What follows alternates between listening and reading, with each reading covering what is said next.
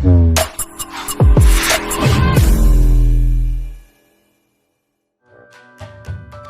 хондан ва одати китобхонӣ доштан падидаҳои куллан аз ҳам фарқкунанда мебошад.